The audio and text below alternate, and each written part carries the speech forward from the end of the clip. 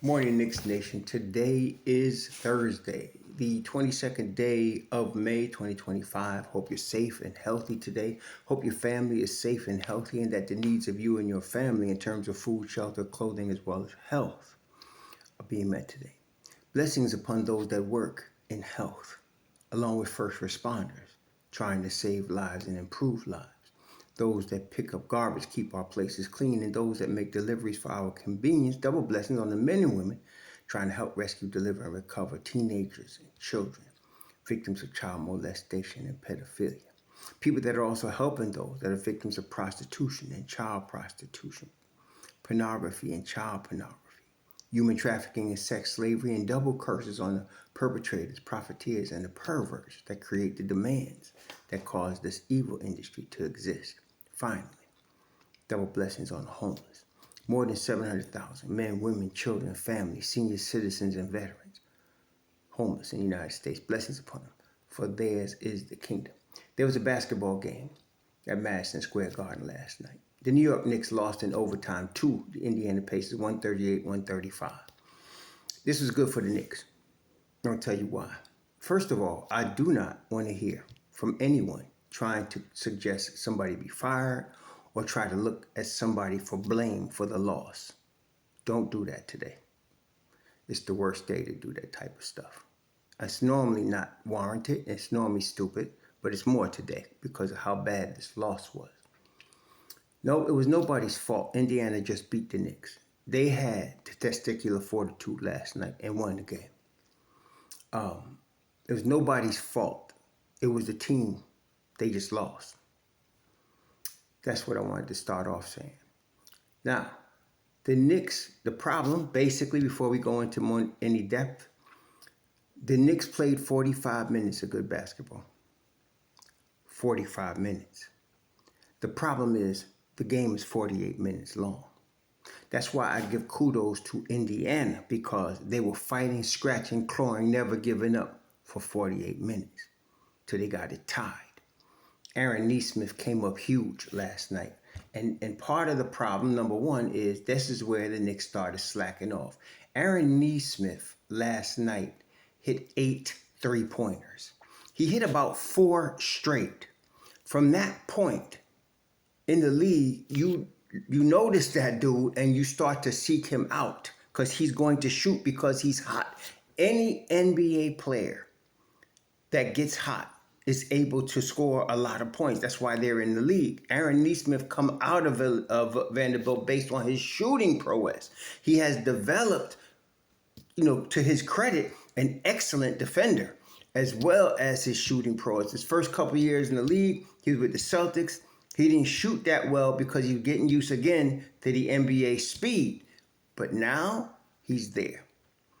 Once he hit 4, they should have sought him out. He had several open looks. And by the time they figured out they needed to watch him, it was too late. That's problem number one. This happened at the end of the game in the fourth quarter with about 3 minutes left. The Knicks were too busy cruising at that point. It wasn't the time to cruise. And that's why I said this is good for the Knicks.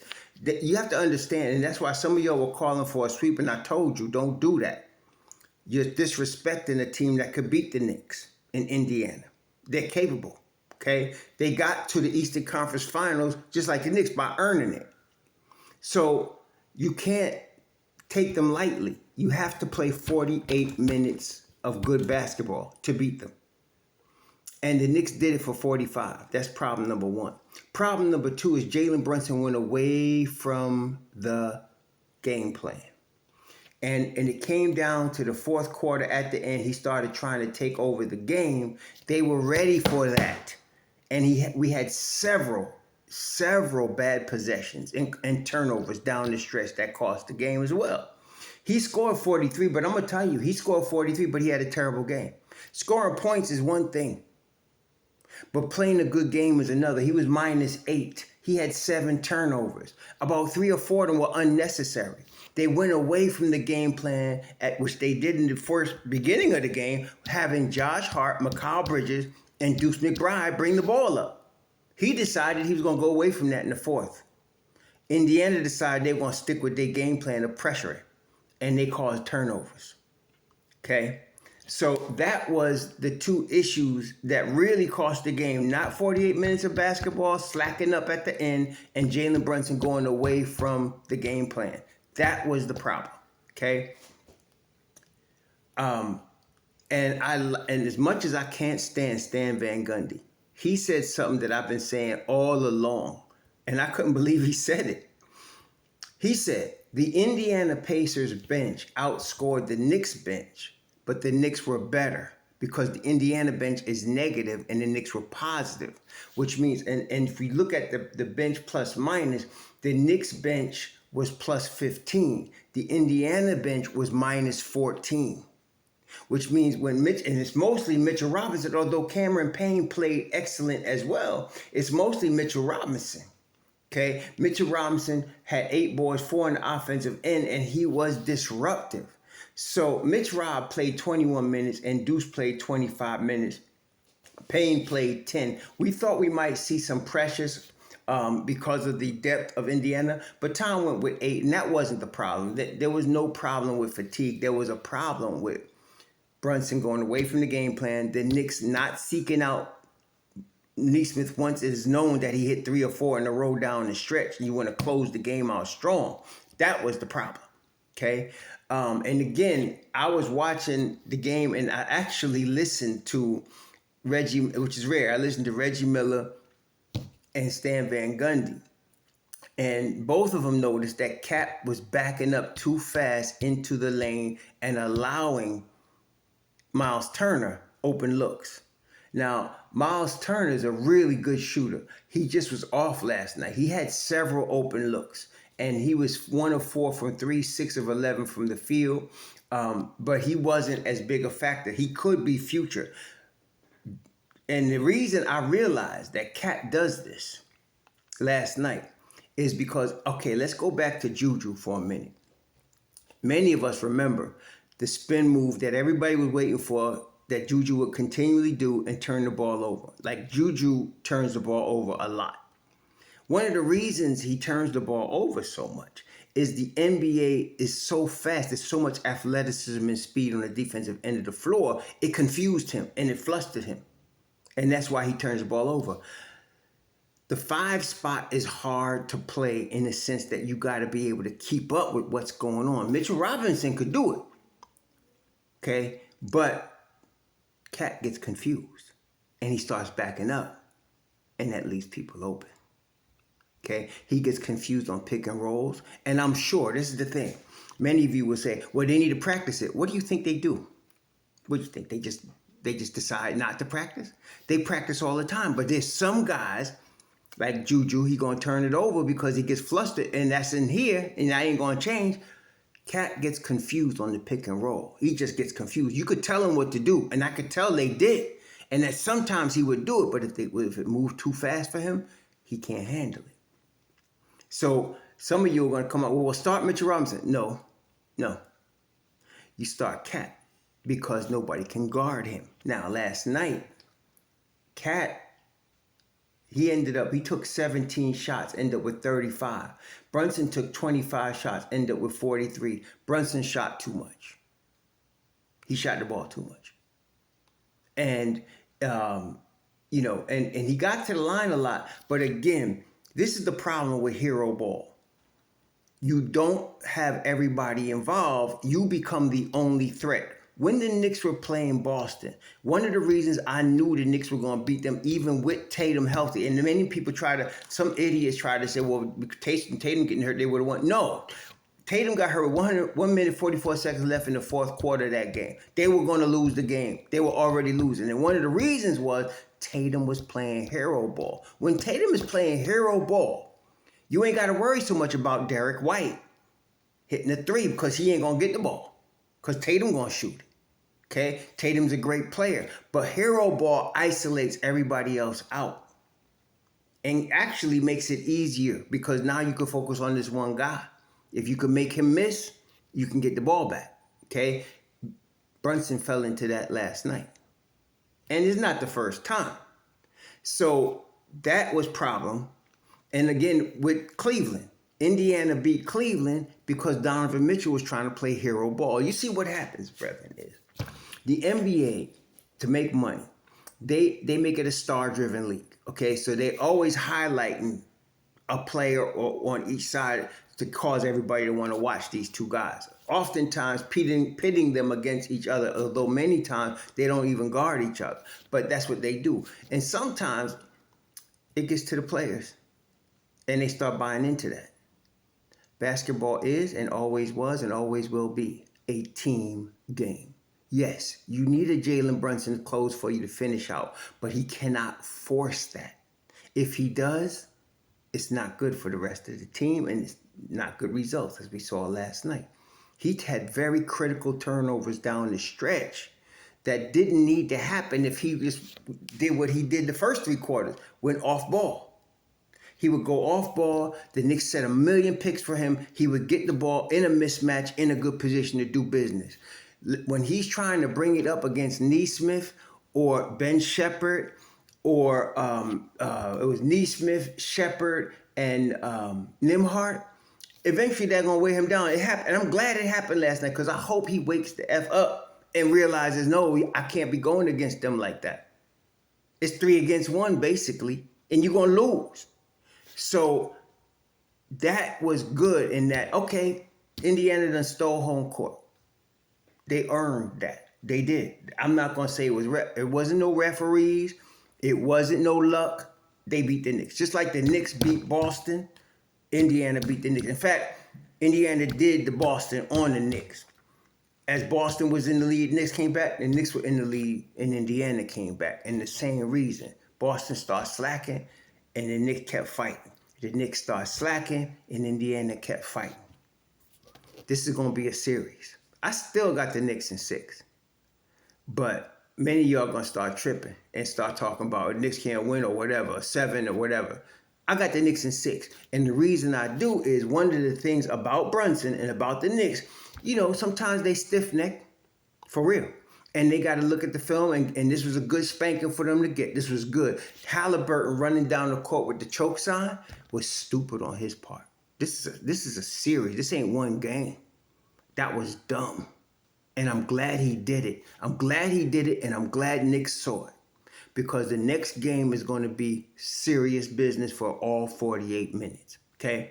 If Indiana is actually better than the Knicks and I'm wrong and they win, well, they just win then. But we need to play the game plan.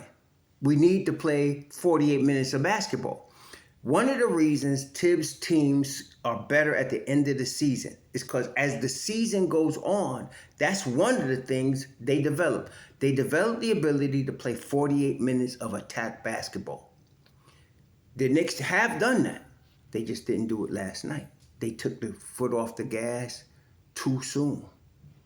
Too soon. And I'm glad that this happened because now everybody's going to know you cannot take your foot off their throat. When you have them, you have to finish it. You cannot just play with them because you're up by double digits in the 4th quarter. Okay, so this was good for the Knicks.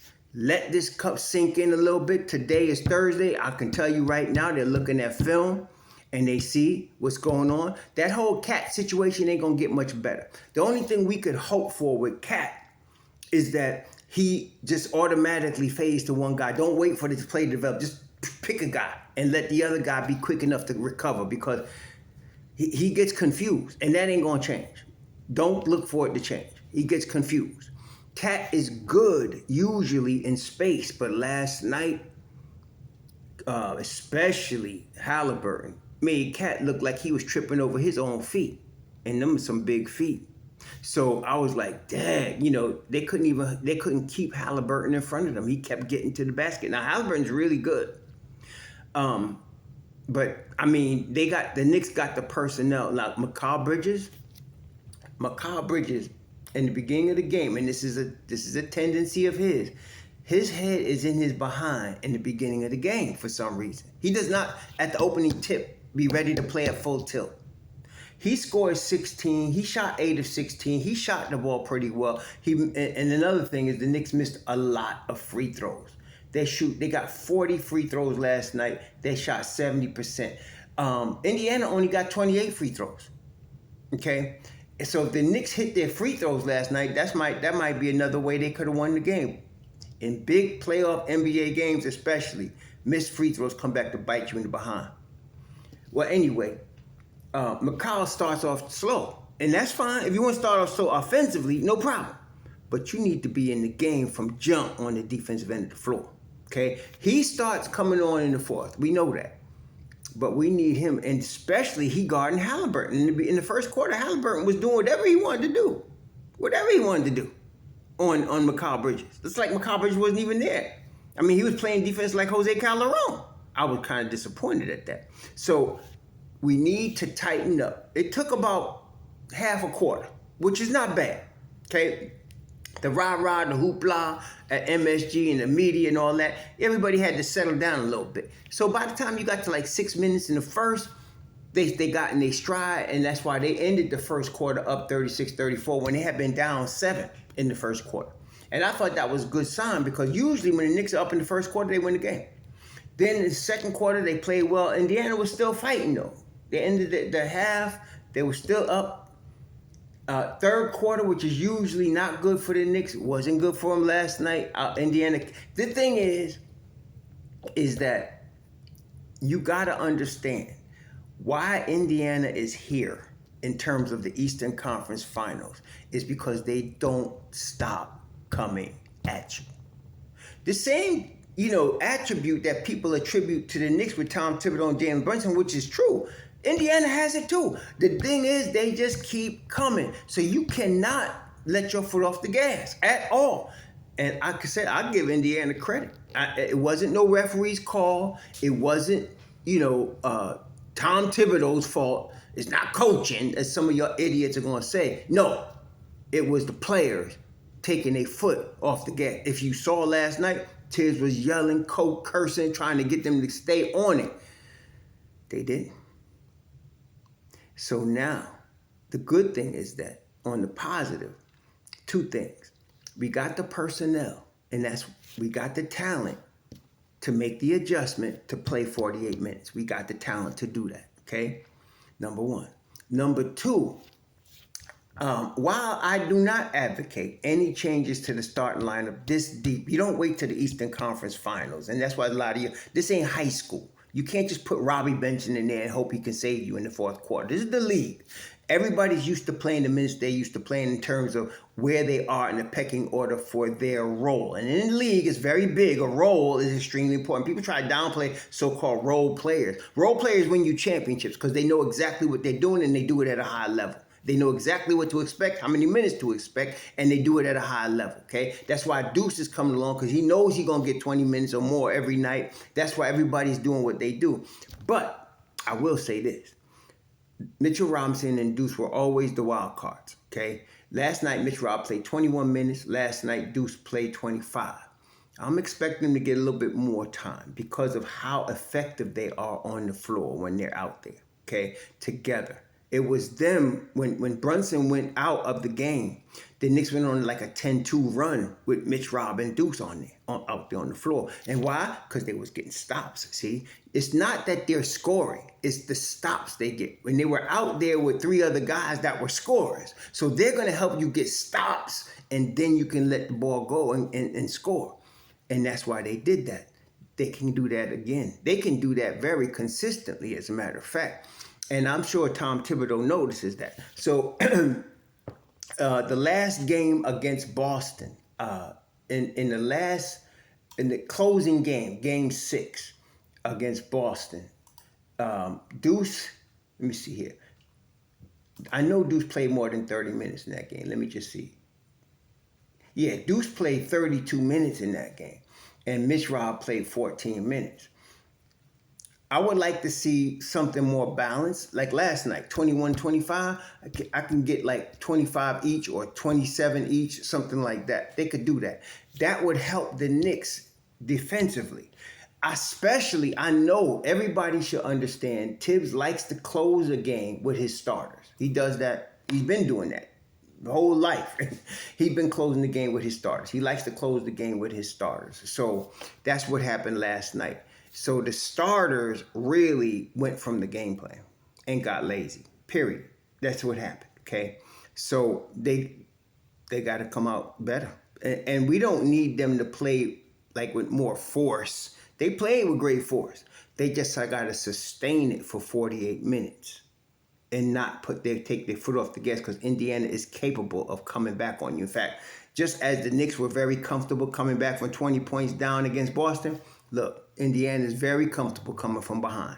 Very comfortable doing that, as they showed last night. Okay, so I'm still very hopeful, very positive on the overall outlook of this series, because I'm very confident that Brunson and company are going to make the proper adjustments. Okay, stick with the game plan.